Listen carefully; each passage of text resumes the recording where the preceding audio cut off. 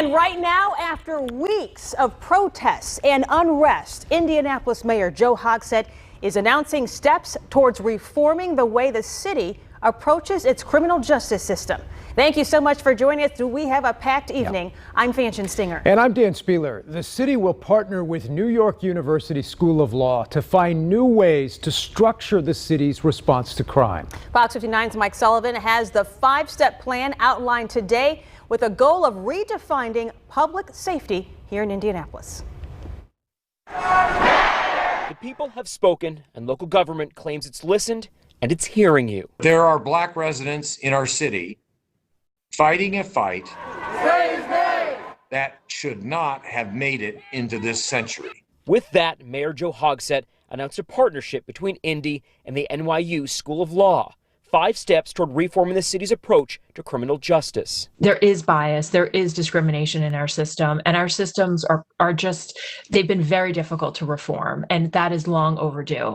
Step 1 calls for people from every facet of public health to join hands in discussing and creating a new understanding of what justice and public safety should look like. If somebody's mentally ill, what's the right response? Is it a law enforcement response? Is it a social work response? We want to make sure that if the police don't have to respond to an incident, that we have fully equipped community residents who are able to respond. Another step is data.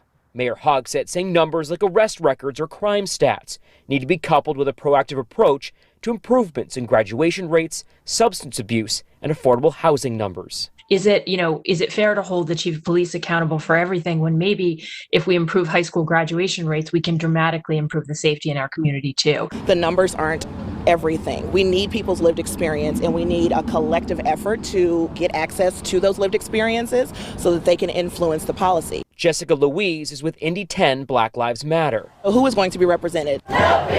We don't always want to see the same 3 or 4 organizations at the table making broad, sweeping statements for what the people of Indianapolis need. Louise would like to see police funding reallocated to community improvement efforts. Professor Ann Milgram from NYU says often crime downstream is a product of failures upstream. We need to start to transform ourselves into thinking, okay, how can we reform this system that is not serving us? With Mayor Hogsett committing to community-generated report cards, allowing citizens to hold government accountable. And it sounds good, as far as the community report card is concerned. I'd be interested to see what communities are going to be represented. Is it going to be formerly incarcerated folks? Is it going to be houseless people? Is it going to be people who aren't making a living wage right now and are having to work more than one job? The mayor making it clear. Today's 2 announcements are yet further drumbeats toward justice. And the city, we'll see how that path is laid, is still watching. In Indianapolis, I'm Mike Sullivan, Fox 59 News. So there is a